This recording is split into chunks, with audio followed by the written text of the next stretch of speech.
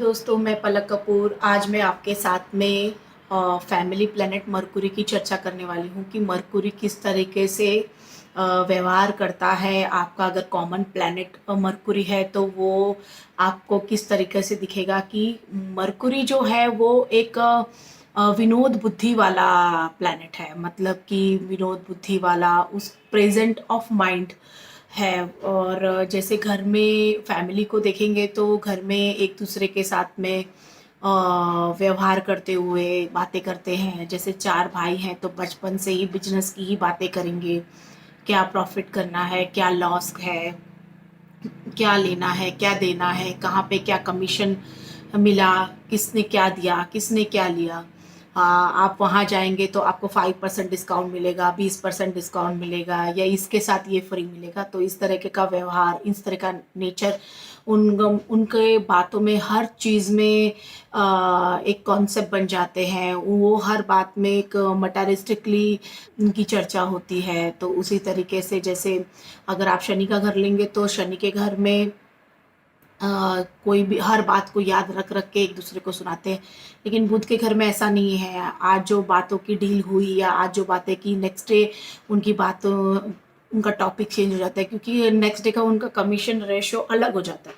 मर्कुरियन family को तो शमशान में भी विनोद सूझता है, कोई दुर्घटना में भी उन्हें हंसी आती है। वो हमेशा माहौल लाइट क्रिएट करते हैं। मतलब कि वो मध्यम मार्गिती स्वभाव है। मध्यम मार्गिती स्वभाव की उसकी दोनों राशियां जो हैं वो द्वितीय स्वभाव की हैं। तो वो हमेशा बीच का रास्ता ही चुनते हैं, चाहे वो रिलेशनशिप ही क्यों ना हो। वो कभी रिश्तों को तोड़ते नहीं हैं। They don't want break relationship, they maintain relation, good condition के साथ में रिश्ते बनाते हैं, निभाते हैं। थोड़ा हम झुके, थोड़ा आप झुकिए, थोड़ा हम करेंगे, थोड़ा आप एडजस्ट कीजिए। इस तरीके से उनमें देखने को मिलेगा। वो अपनी लाइफ को एक व्यवहार की तरह जीते हैं। उन्हें पता है कहाँ जाना है, कहाँ नहीं जाना है, किसके साथ रिश्ता जोड़ना है, किसके साथ नहीं रखना है।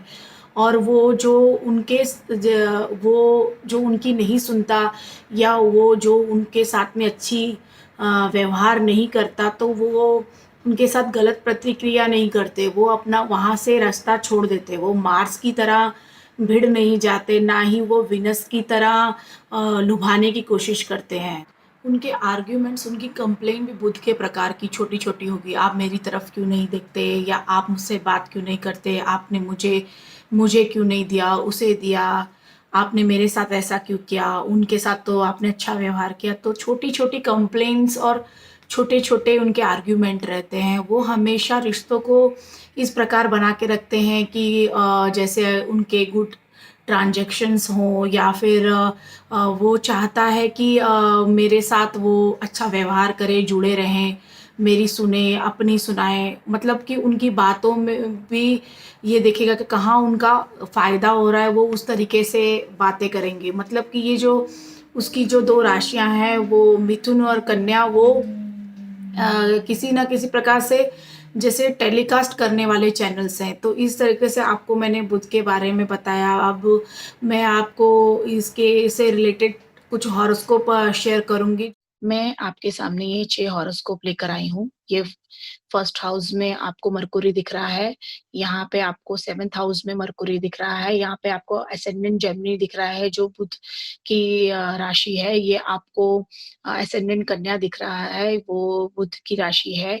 ये आपको मून जो है जेमिनी राशि दिख रही है, और ये मून चंद्र जो है वो कन्या राशि है। तो उसी तरीके से सिंपली अगर तुम्हारी फैमिली में ये फर्स्ट हाउस में मरकुरी है तो तुम बुध के प्रभाव की तुम्हारे अंदर देखने को मिलेगा। अगर ये 7th हाउस, अगर तुम्हारे पापा के 7th हाउस में हॉरोस्कोप में मरकुरी है तो वो सामाजिक तरीके से बुध का प्रभाव देखने को मिलेगा।